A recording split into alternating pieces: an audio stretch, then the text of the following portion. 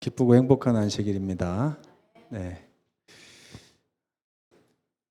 좀 머리가 제가 나쁜 것 같아요. 우리 박인웅 목사님 말씀을 이렇게 드리면서 주말로 이렇게 드렸어야 되는데 어떻게 원래 제 설교가 오늘 아닌데 이렇게 돌고 돌아서 저한테 왔거든요. 근데 이제 그냥 박인웅 목사님이 주말 부흥회를 하셨으면 더 좋을 뻔했다 하는 생각이 들고요. 근데 다행히 3주 계신다고 그래서 기회가 또 있을 것 같습니다. 네. 우리 김 장로님 네 분 또 뵙게 돼서 반갑습니다. 네. 계속 잘 와주시면 좋겠습니다. 오늘은 예수에 대한 믿음이라고 하는 주제로 말씀을 나눠보겠습니다. 이 그림은 제가 요한계시록 3장 20절에 있는 말씀 가지고 그려달라 그랬더니 이렇게 그려줬어요. GPT가 그렸는데 AI가 닫힌 문을 그려줄 줄 알았더니 열린 문을 그려줬습니다. 우리가 마음 문을 안 열고 이렇게 예수님 두드리는 그 그림 옛날부터 유명했잖아요. 근데 열려 있는 문을 그려줘가지고 굉장히 보기가 좋았습니다. 네. 우리의 소원은 통일이 아니라 우리의 소원은 예수님과의 만남이죠. 그죠? 네. 요한복음 1장 11절에서 12절에 있는 말씀을 한번 같이 읽겠습니다. 시작. 자기 땅에 오매 자기 백성이 영접하지 아니하였으나 영접하는 자 곧 그 이름을 믿는 자들에게는 하나님의 자녀가 되는 권세를 주셨으니. 제가 지금까지 이 말씀을 한 1000번, 2000번 넘게 읽은 말씀인 것 같은데 아직까지도 리액션을 잘 못하겠어요. 이 말씀을 딱 읽었을 때 우리가 엄청난 리액션이 있어야 이 말씀을 이해하는 거거든요.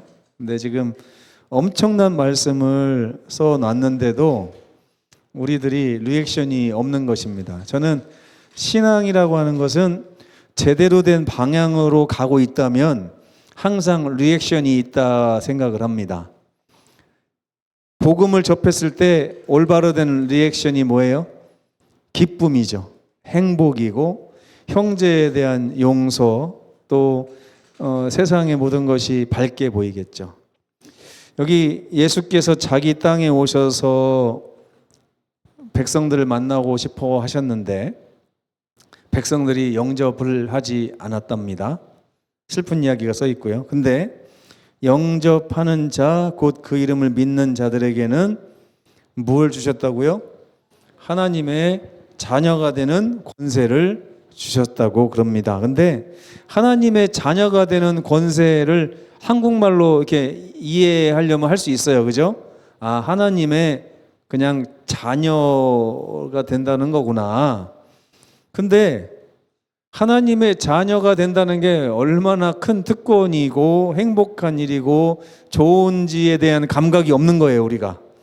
그러다 보니까 리액션을 못하는 것입니다. 더운 여름날 막 목이 타 죽겠는데 누가 수박을 잘라서 온대, 5분 있다 온대. 그러면 여러분 그래? 이렇게 하겠어요? 아니면 어떻게 리액션 하겠습니까? 와, 정말이야? 이렇게 하잖아요. 왜? 더운 날 수박을 먹어봤으니까. 그죠? 근데 우리가 성경을 읽을 때에 하나님의 자녀가 되는 권세를 주셨대 그러는데 그런가 보다. 그냥 이해가 되네. 이렇게 하는 거예요. 우리가 맛을 몰라요. 맛을. 그래서 너희는 여호와의 선하심을 맛보아 알지어다 이렇게 성경이 말하고 있는데 맛을 모릅니다. 그 얘기를 좀 하고 싶어서 말씀을 준비했습니다. 예수께서는 성경에 보면 하늘로 올라가시기 전에 한 가지 걱정을 하시는 모습을 볼 수 있습니다. 예수님이 하늘로 올라가면서 걱정하신 장면을 별로 못 봤어요, 제가. 다들 희망적인 얘기만 하시고 그랬는데 가만히 살펴보니까 누가복음 18장에 걱정 한 자락을 남기고 가셨더라고요. 뭐냐면 인자가 다시 재림할 때에 뭘 보겠느냐? 믿음을 보겠느냐? 이게 무슨 말이냐면 아마 내가 다시 올 때쯤에 세상에 믿음이라는 게 별로 없을 것 같아 라고 하는 말씀입니다.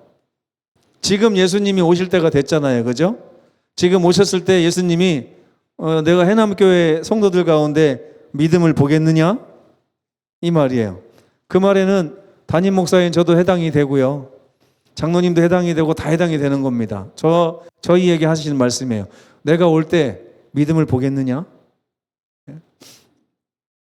이 말씀하신 이유는 예수께서 그 당시에 오셨을 때 너무나도 많은 가짜 믿음들을 봤기 때문에 그렇습니다. 그 당시에 믿는 사람이 없었어요? 많았습니다. 이스라엘이라고 하는 민족 자체가 하나님을 믿는 민족이에요. 인구가 얼마나 됐을까요? 지금만 해도 거의 7, 800만 명 하잖아요, 이스라엘 사람들이. 근데 그 7, 800만 명 중에서 믿음을 보겠느냐? 이렇게 말씀하시는 거예요. 심지어 마가복음 7장 6절에는 이사야 29장에 나온 말씀을 인용하셔서 이렇게 말씀하셨어요.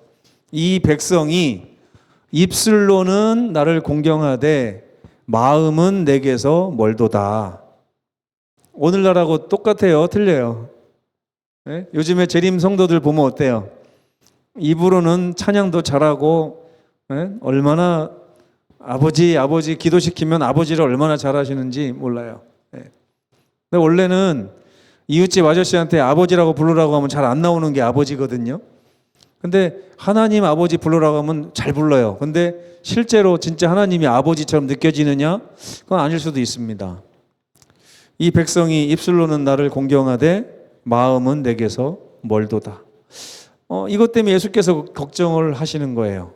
근데 제가 계시록에 보니까 사도 요한이 이 마지막 시대에 새 천사의 기별이 전해지는 그때에 믿음을 보았다라고 기록하고 있는 장면을 찾아냈습니다.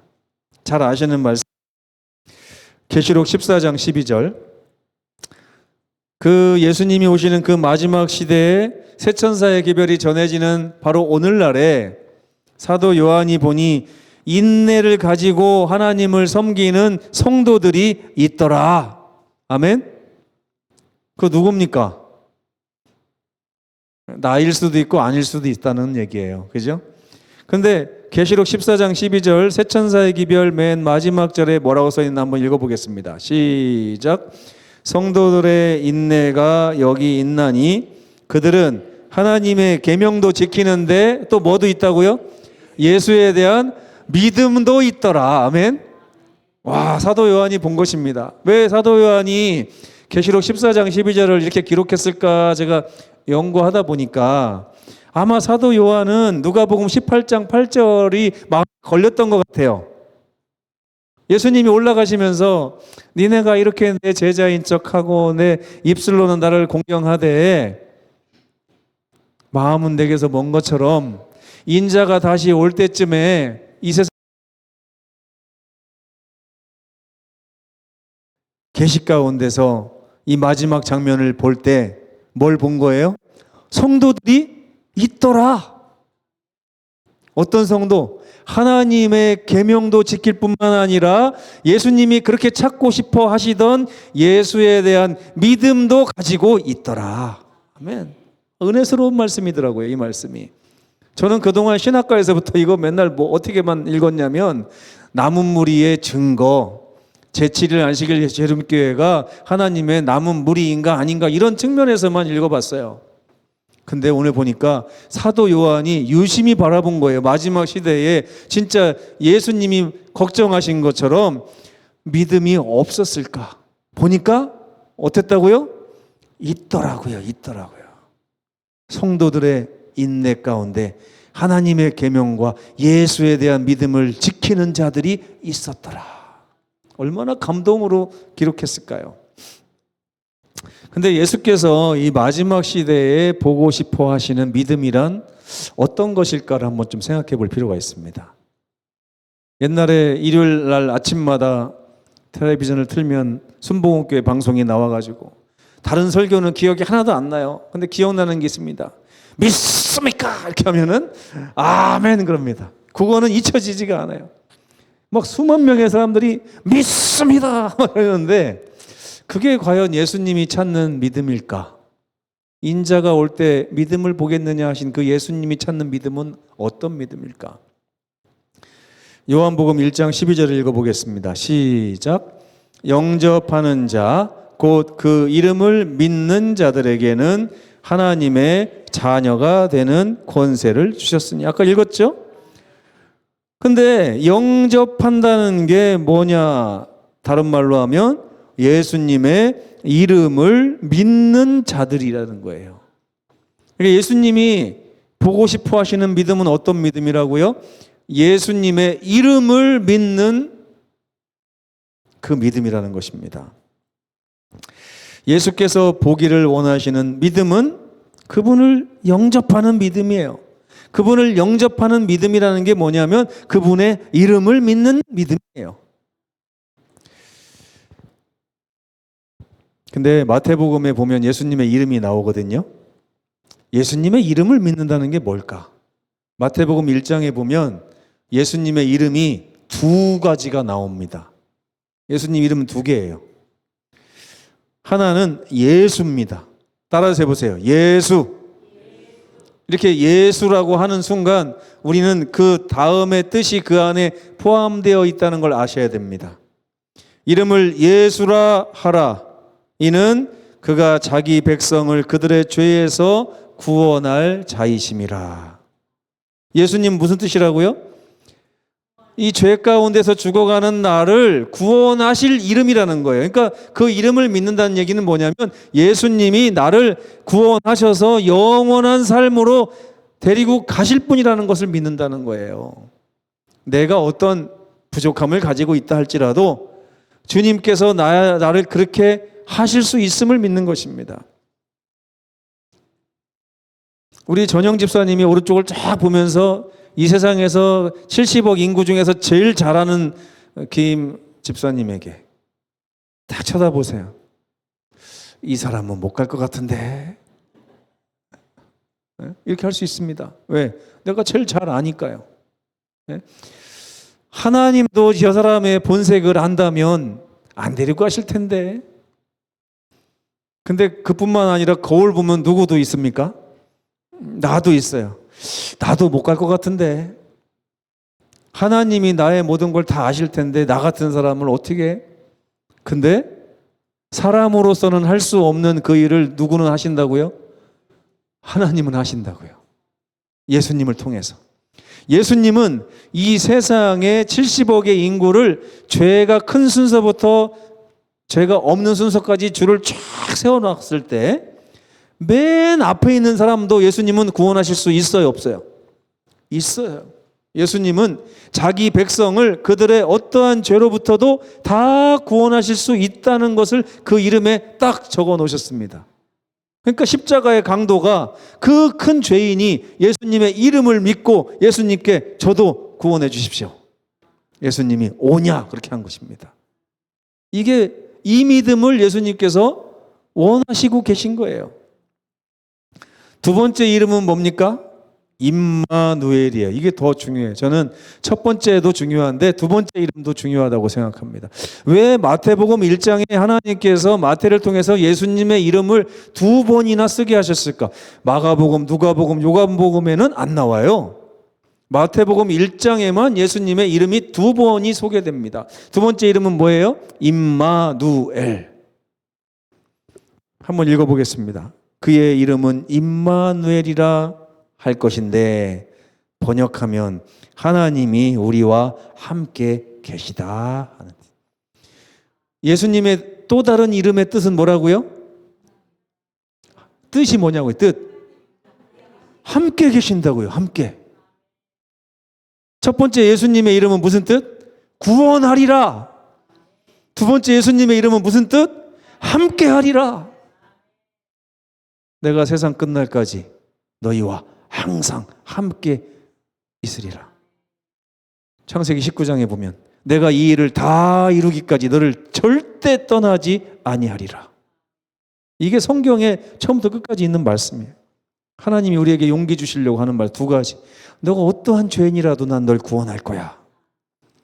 너가 혼자 걷지 않을 거야. 내가 이 일을 다 이루기까지 너와 항상 함께 있으리라. 이 두 가지를 믿는 믿음을 예수에 대한 믿음이라고 하지 않나, 제가 이렇게 생각을 해보는 것입니다. 예. 요약하자면 우리와 함께 하고 싶으셔서 우리를 죄에서부터 구원하신 예수님이라고 하는 분이 계신데 이분을 영접하는 것입니다. 영접은 현재 진행형이에요.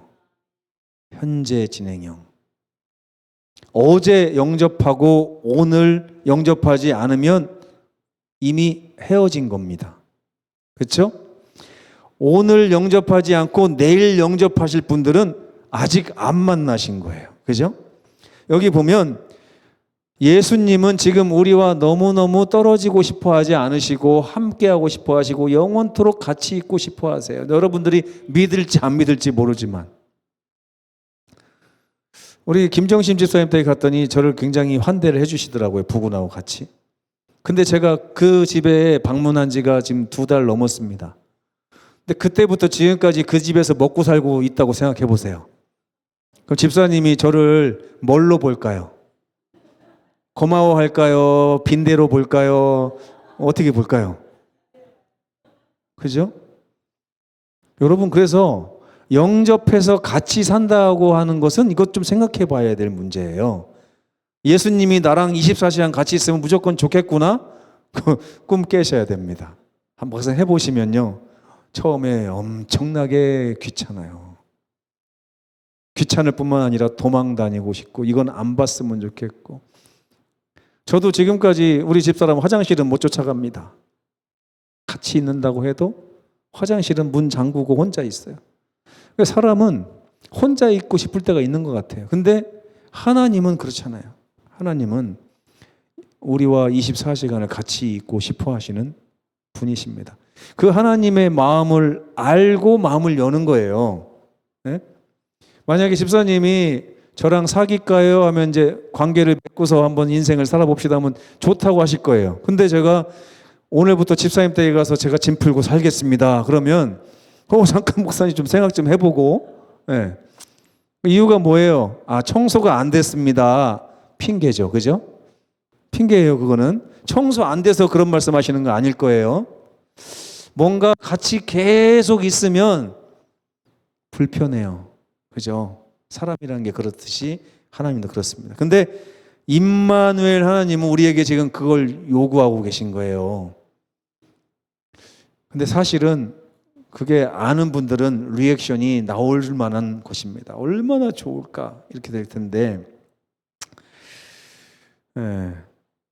그렇습니다. 예수님의 두 이름을 우리가 믿어야 돼요. 근데 믿음에 대한 오해가 있습니다. 종종 믿음이 지식에 관한 것이라고 생각할 때가 있어요. 예를 들면 제가 어렸을 때 이렇게 믿음을 이런 거라고 생각했어요. 하나님이 우리를 너무 사랑하신대.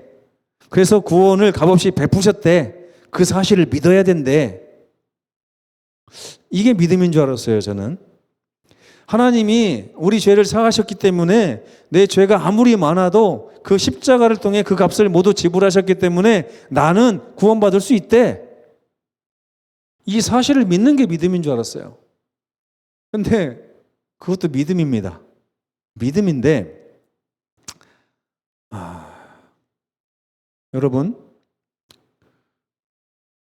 저쪽에 지금 보이지 않는 곳에서 어떤 분이 길을 걸어가고 있는데 그분이 여러분을 사랑한답니다. 그러면 사랑한다는데 나쁘지는 않네요. 뭔가 감동이 없어요. 그죠? 근데 만약에 여러분의 자식이나 배우자가 아주 진지한 마음을 다 담아가지고 사랑해. 그러면 전혀 다르게 들려오잖아요. 근데 그 차이인 것 같아요. 우리가 믿음을 어떤 사실에 입각해서 그냥 내가 그거를 나 그거 믿어 이렇게 얘기하는 것은 예수님이 기다리시는 믿음이 아니에요. 예수님은 인격적인 관계 속에서 우리가 그분을 신뢰하고 그분이 우리에게 주신 선물을 받아들이기를 원하시는 것입니다. 그분을 떠나서 우리가 사실을 받아들이는 걸 원하시는 게 아니라 그분 안에서 우리가 그 사실을 받아들이기를 원하시는 거예요. 네. 이게 좀 어려워요. 제가 계속 설명을 해도 잘할 자신이 없습니다. 우리는 사실 어떤 사실을 믿으려고 노력하고 실제로 그것을 믿기도 합니다. 하지만 예수님이 이런 말씀하셨어요. 너 하나님은 한 분인 걸 믿지? 믿습니다. 잘한다. 근데 그거 귀신들도 한다. 귀신과 너의 차이점이 뭐가 돼야 된다고 말씀하시는 것 같아요. 귀신은 인격적인 관계가 없는 상태에서 믿는 거예요. 근데 예수님이 바라는 것은 인격적인 관계 속에서 주님이 나를 사랑하는 주님이 이 세상에 한 분밖에 없다는 걸 제가 믿습니다. 이런 식으로 믿는 거를 주님께서 기다리시는 믿음이라고 보셔야 됩니다. 그래서 결론적으로 우리가 이렇게 생각해 볼 수 있어요. 어떤 분은 신앙을 하면서 예수님을 2000년 전에 계신 분으로 인식하고 신앙하시는 분이 있습니다. 이거는 시간적인 거리가 2000년 정도 떨어져 있는 거예요. 예수님과 나와의 시간적 거리가. 여러분 세종대왕 사랑하십니까? 요즘에 우리나라가 이렇게 발전하는 이유 중에 하나가 세종대왕이래요. 한글을 얼마나 지금 세계가 사랑하는지, 예? 미국에 한글날이 있는 거 아세요, 여러분? 전 세계적으로 한글과 같은 글자가 없답니다. 예. 그 세종대왕 여러분 사랑하시는 그 사랑 가지고 지금 교제 나눌 수 있나요? 없어요. 예수님을 그렇게 믿어서는 안 됩니다. 이순신 장군 사랑하시죠? 이순신 장군 없었으면 우리가 있습니까 지금? 없을 수가 있잖아요. 근데 그분하고 우리는 벌써 500년 이상의 차이가 있어요. 그렇잖아요? 그러니까 예수님과의 거리가 시간적으로 2000년이 되어서는 우리가 그분과 관계를 맺을 수 없습니다. 또 어떤 분은 예수님 믿을 때 어떻게 믿냐면 저 하늘에 있는 예수님을 믿어요. 네. 저 하늘에 있는 예수님. 저 하늘에서 우리를 굽어 살펴보시는 예수님. 물론 좋아요. 근데 물리적인 거리가 너무 멀어요. 그렇죠? 네. 저희 이모가 지금 돌아가시긴 했는데 아들내미 하나 있는 게 미국으로 이민을 가가지고 손자를 나가서 키우는데 맨날 이 화상 전화를 통해서 이렇게 해요. 근데도 명절 때 되면은 남의 손자 보면서 부러워서 이렇게 쳐다보더라고요. 자기 손자는 미국에 있는데 화상 전화로만 해요. 물리적인 거리가 너무 멀은 거예요. 옆에서 그냥 손자 껴안고 안아주고 하는 사람만 보면은 눈이 그냥 돌아가요. 예수님을 믿는다고 하면서 어떤 분은 2000년의 시간의 거리를 두고 예수님을 믿는 사람이 있는가 하면 어떤 분은 잴 수도 없는 물리적인 거리 가운데 예수님을 믿는 사람도 있습니다. 그런데 계시록 3장 20절에는 뭐라고 써 있냐면요. 볼지어다 내가 지금 내 맘 문 앞에서 두드리노니 네가 내 음성을 듣고 지금 문을 열면 나는 지금 너에게로 들어가 너와 더불어 먹고 너는 나와 더불어 먹을 것이다. 예수님이 우리에게 다가오셔서 요구하는 믿음 어떤 믿음? 물리적인 거리가 0인 거리, 시간적인 거리가 0인 시간에서 우리를 기다리시는 게 예수님이세요. 이해가 되세요? 계시록 3장 20절은 그런 말씀입니다. 바로 지금 이 자리 이 순간에 주께서는 예수이시며 주께서는 임마누엘이신 분이다 라고 성경이 말하고 있고 우리에게 그 임마누엘이신 예수님의 이름을 믿고 영접할 때에 하나님의 자녀가 되는 권세를 주셨다고 성경이 말씀하고 있습니다. 사도 바울은 로마서 10장 17절에 믿음이라는 것은 그리스도의 음성을 들으면서 난다 그랬어요. 근데 그 음성이 저 하늘에서 하는 음성이 들릴 리가 있습니까? 2000년 전에 하신 말씀이 들릴 리가 있어요? 이 성경은 물론 수천 년 된 책이긴 하지만 이 성경을 펴서 읽을 때 이 성경의 저자이신 분께서 바로 우리 옆에서 우리와 말씀하시고 계십니다. 예. 저는 이번 한 주일 동안 여러분께서 예수님을 바로 옆에서 지금 만나고 사귀고 경험하시기를 바랍니다. 아무것도 할 줄 모르면 예수님 어디 계세요? 라고 계속 중얼거리고 다녀보세요. 어려우면 성경책 피고서 읽으면서 한번 말씀해 보세요. 그것도 잘 안 되시는 것 같으면 골방에 들어가서 기도하면서 예수님 불러보세요.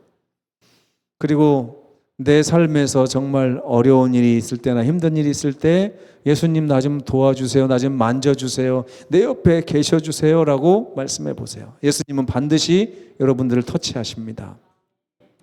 너희는 나를 만날 만한 때 만나라 그랬습니다. 너희가 전심으로 나를 찾고 찾으면 오늘 만나게 될 것이라고 말씀하셨어요. 근데 요즘에 신앙하시는 분들이 2000년 전에 예수님, 저 하늘에 계신 예수님을 믿으면서도 부족함이 없다고 생각할 때가 너무나 많습니다. 근데 예수께서 이 세상에 오실 때 인자가 믿음을 보겠느냐? 할 때 사도 요한은 봤습니다. 새 천사의 기별이 전해지는 그때에 하나님의 계명을 지키며 예수님을 만나서 예수에 대한 실질적인 믿음을 가진 백성들이 있었음을 보았습니다라고 요한이 기록하고 있습니다. 그게 바로 저와 여러분을 두고 하는 말이 아닙니까? 이제부터 살아계신 예수님의 음성을 듣기 위해서 힘쓰시고 기도하시면 좋겠습니다. 그분의 사랑의 음성을 듣고 그분과 교제를 시작해 보세요. 성경에 보면 그분이 하시는 말씀이 많이 나와요. 근데 그 말씀이 이사야 43장 1절이라 할지라도 이 말씀은 그 옛날 이사야가 기록했을 때 하신 말씀이 아닙니다. 이 성경을 읽고 있는 지금 주의 성령이 내 귀를 통해서 하시는 말씀이에요. 이 말씀을 옛날 말씀으로 읽어서는 안 됩니다. 지금 내 옆에 계신 주님께서 지금 나에게 하시는 말씀이에요. 야곱아, 너를 창조하신 여호와께서 언제요? 지금 말씀하시느니라. 이스라엘아, 너를 지으시니가 지금 말씀하시느니라. 너는 두려워하지 말라.